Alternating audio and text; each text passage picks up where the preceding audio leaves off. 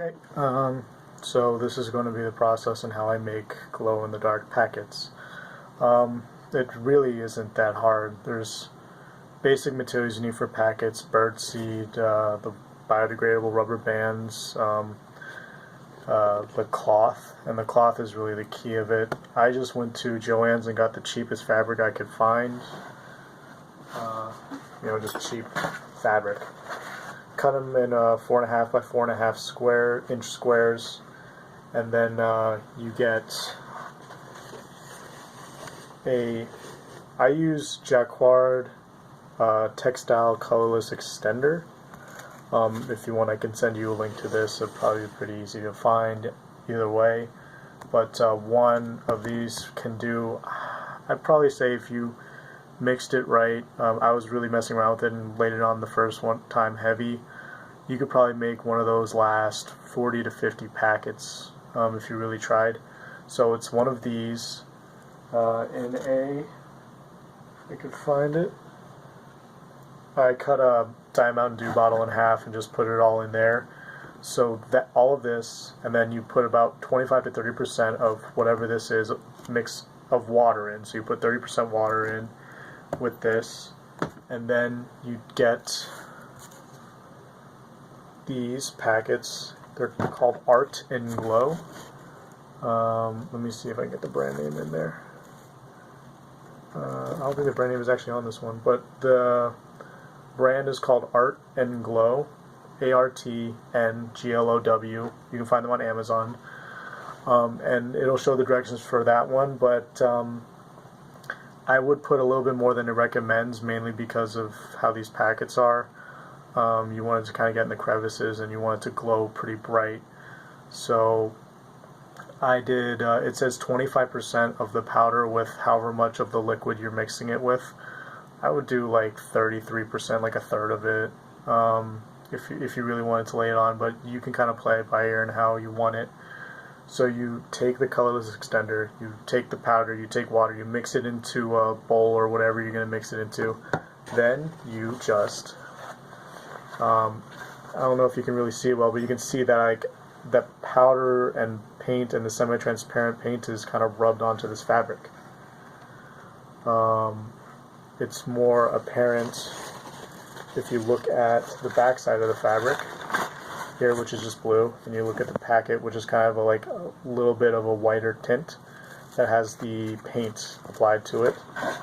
Now I've tested it. I've thrown the paint or the powder in the packets. I've thrown it at different fabrics, and there's nothing rubs off. I've thrown it at myself. I've thrown it at different targets. It's not any harder than regular packets. It doesn't hit any harder than regular packets. Everything is non-toxic, as I've reiterated. You can look up the brand name itself. This is from their non-toxic line, and all of the glow powder is from natural occurring elements, so there's nothing toxic about it. It won't be overtly harmful, more than chewing fabric that a wild animal might do. So it should be completely fine. What else is there? After you've taken a brush, like I just took a regular Amazon paintbrush, like a $2 paintbrush, and just layered it onto the fabric. You let it dry, and then what you actually do is you want to take an iron and then only put the paint on one side, and then you flip it over once it's dried and iron the other side of it to help lay it in. Now once you've done that, you just make the packets like normal, and that should be it.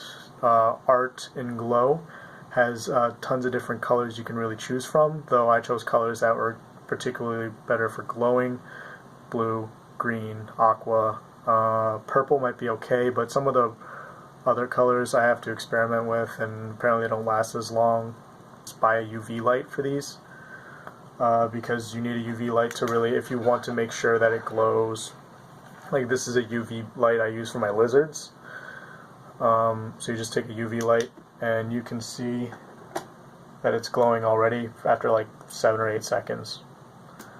But a UV light helps, more control over it, but you can just put it in sunlight for an hour or two, and it'll glow for longer. I've measured it out. Usually about 10 seconds of light under a UV bulb equates to about 3 minutes of glow time.